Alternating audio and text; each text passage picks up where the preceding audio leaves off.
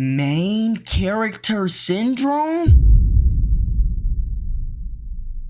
So who are you cosplaying? Yakuya Togami. He is mostly the rich guy who's pretty much a douchebag to everyone during the game, and actually is the main, not main antagonist, but a side antagonist. He usually would ruin the trials. Really? Yeah. You know what's crazy about that? I don't give a shit. Filming yourself crying? Oh! And there we go. The obvious answer that I have known. You've proven me right. Look at you. Thinking you have all the power in the world, thinking you could trick me. I've fallen for your illusion. How disappointing. What? So, you're gonna longingly gaze at me. What? This is real? You telling me it's really background characters out here, side characters, feeling like they are the main ones? Bruh. Sorry, buddy, newsflash. You are not him. Try! Nah, this can't be real. This cannot be a real thing. There is no way I can believe Rebecca from junior year of high school is walking around here talking about everyone keep telling me how my story is supposed to go. Nah, I'ma do my own thing. There's no way she walking around like that. Rebecca, you have known every single fact about me from the time I was 8 years old to the time I met you, and I didn't even know you before then. How do you know this information? Rebecca, sounds like you're a side character to me. You've been reading my story. Oh my god. Y'all, I might have main character syndrome. We do not care. Now this can go one of two ways.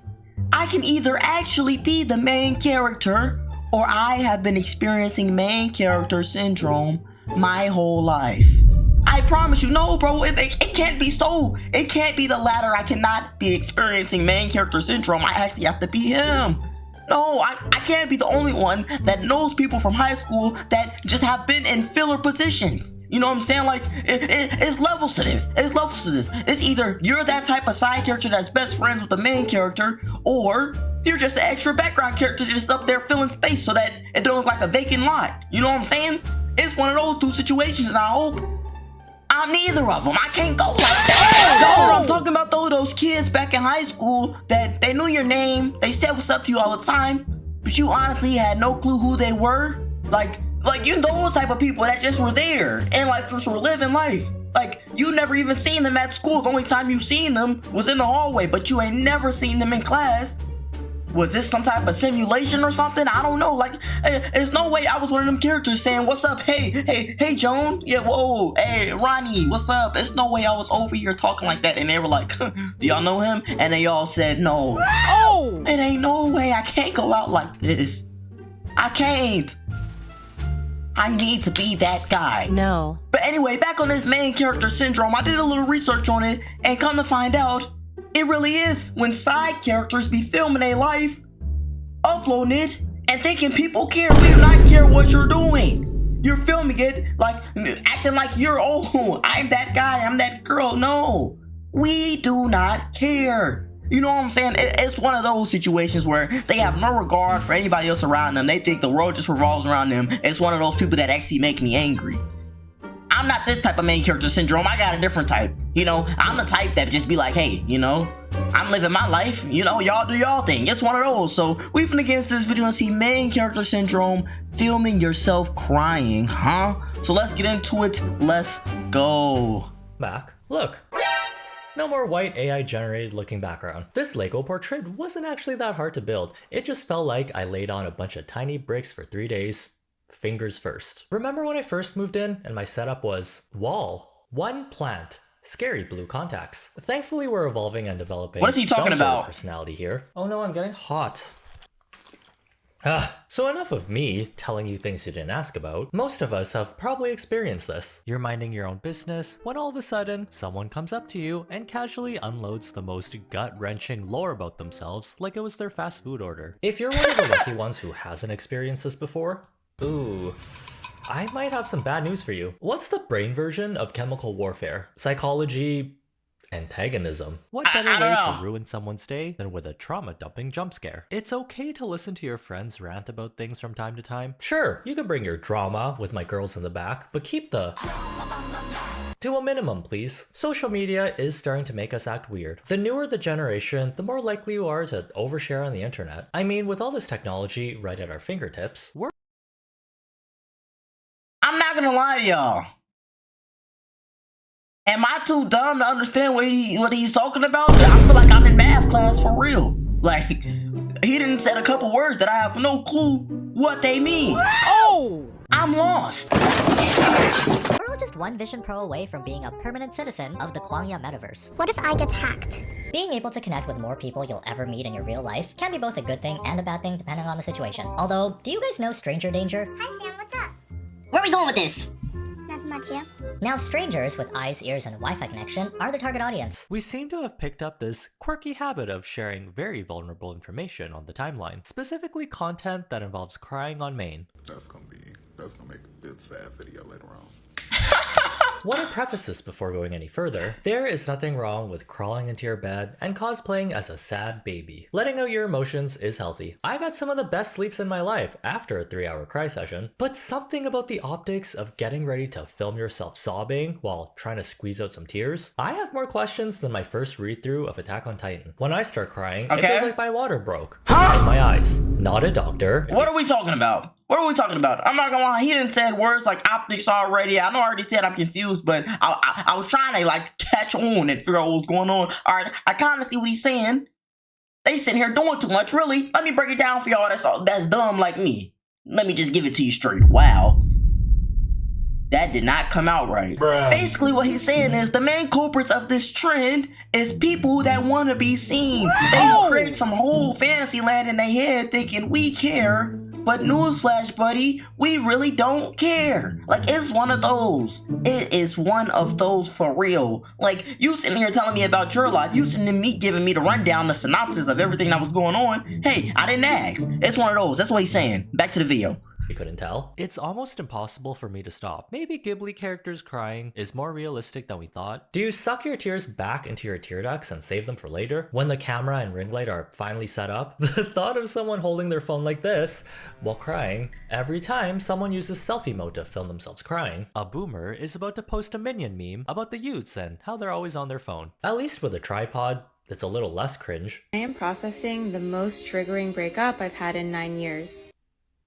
What was that? James. And yes, I understand we all process emotions differently. Some will repress all the negative emotions they've ever felt deep into their soul. Ah, guilty. Some will film it and show it to strangers. I wouldn't call myself a huge Taylor Swift fan, but I can recite her first 3 albums by heart. They've been lasered directly into my brain. A Swiftie recently went viral for filming herself reacting to Taylor Swift playing one of her favorite songs at a concert. For context, this expensive concert does have seats. I think they weren't able to get tickets to the show, so they sat outside the stadium. But you think that she didn't sing speaking out, I mean, right? She didn't speak out.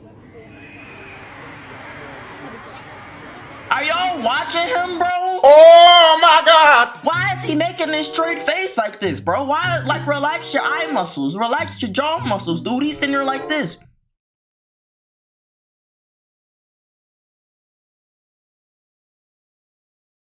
Nah. Like, come on, bro. I don't know what I'm supposed to be watching. Am I supposed to be watching him or all right, let me just pay attention to the TikTok.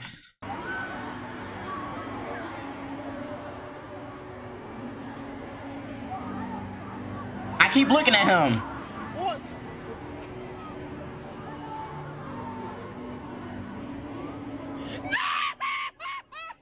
Oh my God. Shut up. She crying for?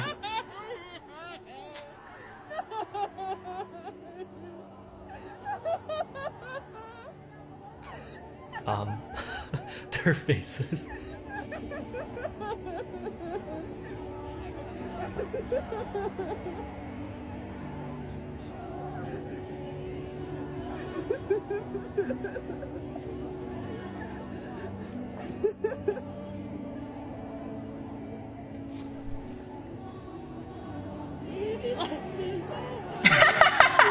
So that was a lot out of nowhere. If there's anything relatable about this at all, is her friend's face. This is literally how I would react if someone I knew had an outburst like this. I would have just got up and left. You know, I would have been like, okay, that's the day he became not my friend. That's the day. Wow. That be the day my friend count went down -1. Like, come on, bro. Dude, I'm not sitting here. First of all, I already would have cut them off after they said, let's go sit outside this Taylor Swift concert. Knowing we don't got tickets, we just gonna sit in the parking lot and hope we can hear something. Dude, what is she crying for? She act like Taylor Swift is pointing at her while she's singing. Yeah, yeah, yeah. No, that's not what's happening. That is not what's happening at all. You are outside of the stadium. She don't even know you there. She don't know you exist. No, nothing. Like, if the song came on the radio, you gonna start crying too, talking. You gonna start crying and crash while you driving? No, you're not gonna do that. You're doing too much. We really don't care. I'm mad now. In public, just there with broom. I don't know what she went through, but objectively, this is a lot for someone to take in. There's something creepily performative about setting this up in advance so you can film yourself doing this. I mean, your phone didn't just fall out of your pocket and land upright and hit record by itself. The latter half is a lot less insane. What am I gonna do now? Although, I've been to K-pop concerts before, you'd have the same, or worse reaction from seeing Jungkook rip off his shirt. Nick Jonas fans had full-on meltdowns after he did his diabetes reveal. They literally thought he was on his deathbed. But her screams were so loud, they echoed all the way into other people's TikToks. So what am I defending now? You are my town, now I'm in exhaustion. I'm all up in the way. God, I'm finna go on his side. My bad, bro. All y'all have to say was, can you move? Because I can hear something. So I'm leaving out the side. According to the most reliable source on the internet, Popcrave, the girl in the video laughed about it too. Hey, at least it gave us some material to make memes out of. Taylor Swift announces new album cover for her new album.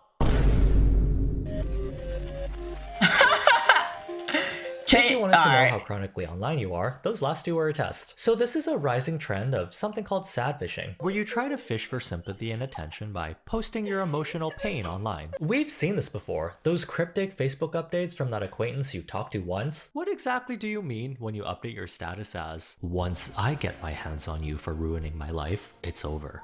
Huh? Ask. You're dropping this cliffhanger and leaving? Aw, don't do that. Alright, unpopular opinion. Maybe I'm just untapped into my social media experience, but is Facebook not for old heads? Oh! I'm just gonna go ahead and say it. You know, I'm not the oldest bird. I might be kind of middle young, you know, like early adulthood. I'm only 21. Like, how old do you gotta be for that Facebook era? Because I promise you, when we was coming up, it was Instagram. I remember when Instagram came out. It was not no Facebook was around, but like your mama had Facebook. Bruh. That was not it. This is like torture for nosy people. Now, it's manifested itself into its own subgenre of TikToks called Trauma Talk, where we sorta normalized posting extremely traumatic events, then doing a Shein haul 5 minutes later. No need for roller coasters now, when we can cry, laugh, and angry in 15 seconds. While it's good to express yourself and be vulnerable at times, it's starting to desensitize us to emotions that should be kept private or within a small group of friends, and not— I thought that was him. You need to leave! Shared with randoms. A normal social media user doesn't think to themselves, I sure hope a stranger shares some really devastating information with me today. Actually like to pay for the person behind me. Today is National Day of Remembrance for homicide victims, and my husband was brutally killed. So I just wanted to give some love today, and I hope that, you know, if anybody that you lost, and I feel like there is somebody, and she's watching you. She's watching you all the time, and she loves you. So, this is for the people behind me. I know.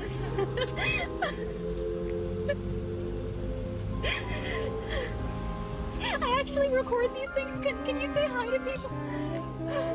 This is Trinity. We need more kindness. I quit! Straight up! I quit my job! You'll never see me at Starbucks again! Like, bro, what? Like, let me give y'all a similar experience I had. So, in high school, we used to have these things called Socratic seminars. And that's where we would go throughout the year reading a book, and then like every couple months or so, we would have to talk about the book in a full circle in front of the class, and everybody had to talk to get points, you know? But it wasn't like it was just a line where everybody got to talk. No, it was like, hey, you know, you got to get your point out there yourself. You got to fight to talk, you know? And one time, it was like a Socratic seminar, and I don't even remember the book we read, but it was some book that I think was semi-sad. Actually, I don't think it was sad at all, now that I'm remembering it. I think it was like just a history book almost, like just showing us like a look into the past or something, and the girl next to me related it back to her sister dying.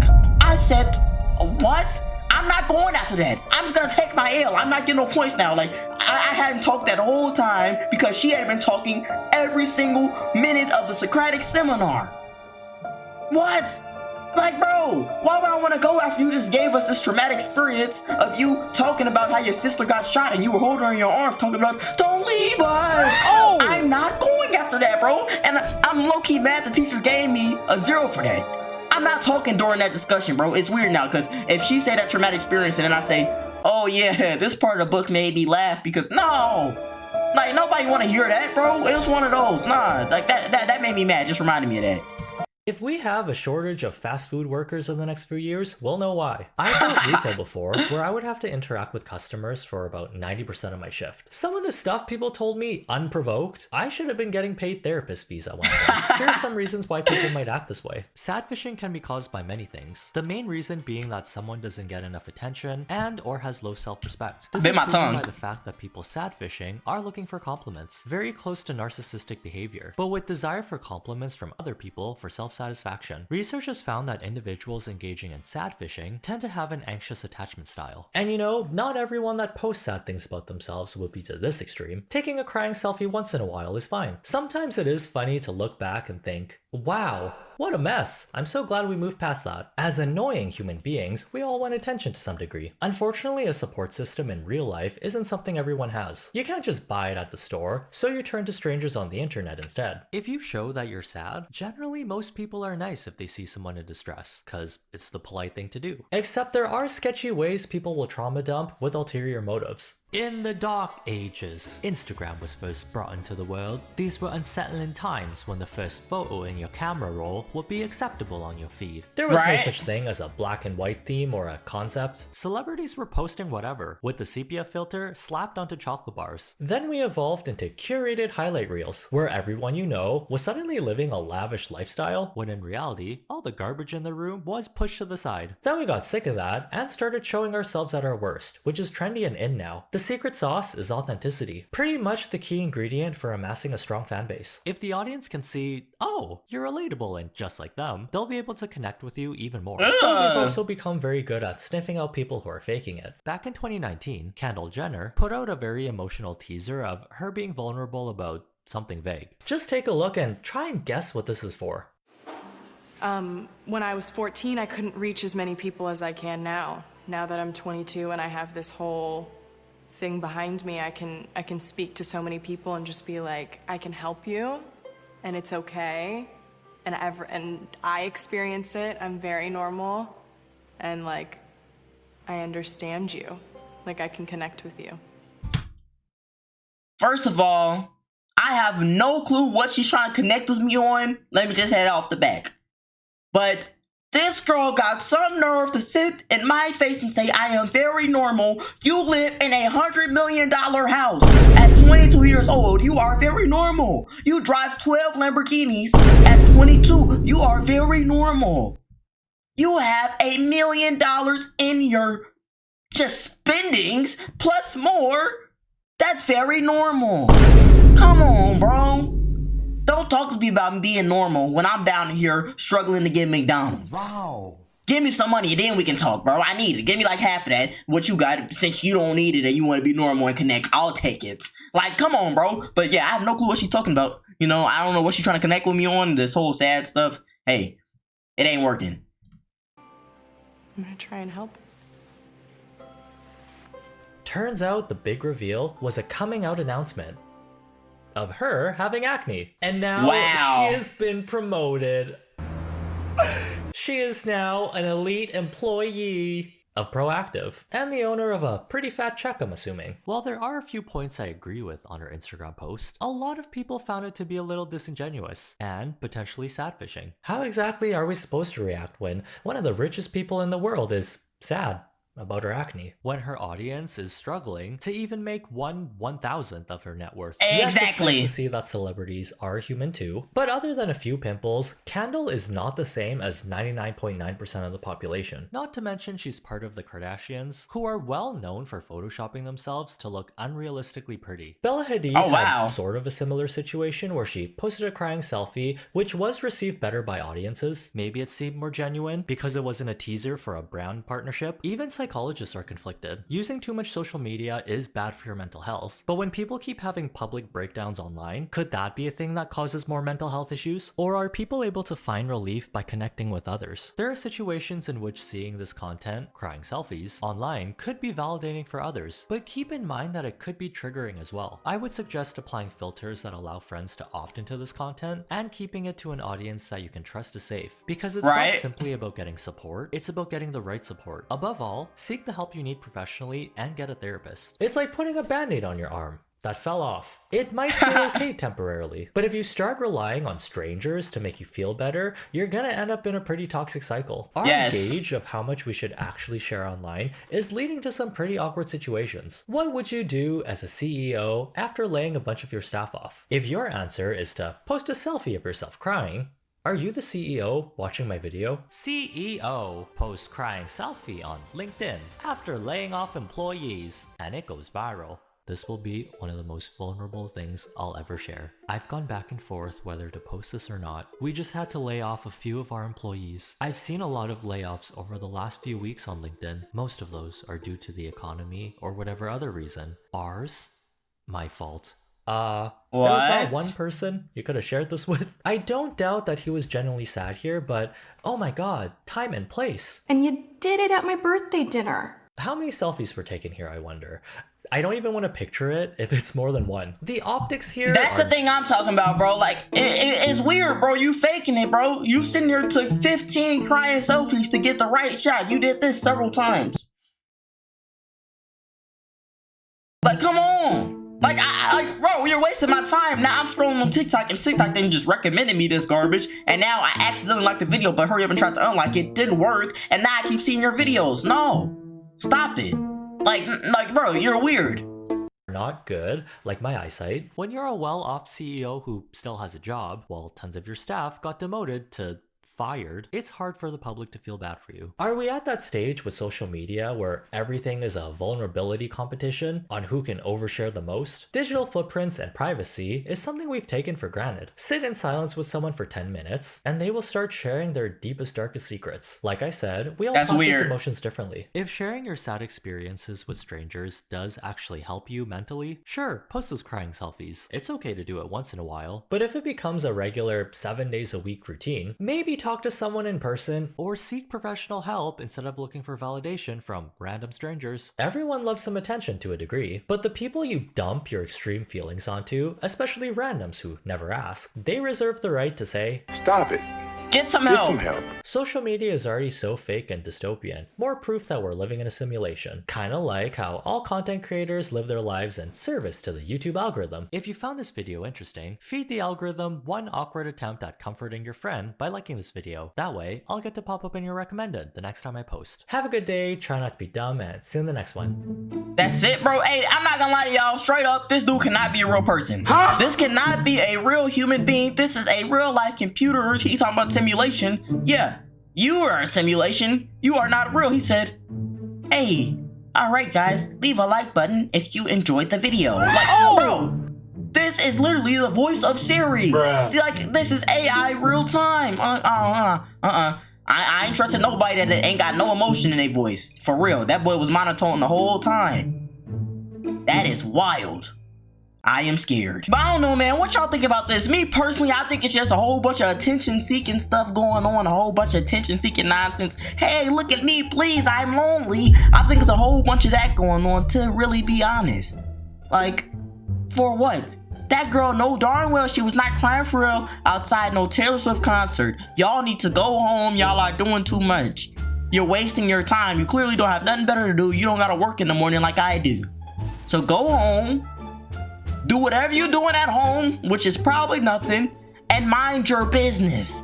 Like, she's sitting outside the concert talking about, oh my God, this song saved my life. Well, I'm not trying to take that away from you, but I mean, hey, like, she wasn't singing to you. She didn't do nothing. Like, you literally just barely heard it and started like having a fit.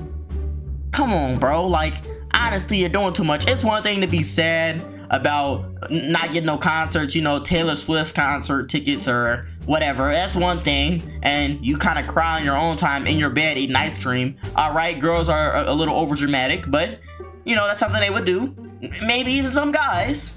But this was out of pocket. So like I said, I think it's a whole bunch of attention seeking stuff going on. Y'all let me know what y'all think down below. And y'all know, if y'all enjoyed the video too much, to subscribe. We on the way to 10,000 subscribers. And hit that like button if you enjoyed the video, because it just makes sense to like button if you like the video. No. And hit that like button if you think you're the main character, but no, I really am. Please just hit it. If you don't hit it, I'm the main character. If you do hit it, you might be the main character, but in the back of my head, I know I'm still him. You mad or no? We gone.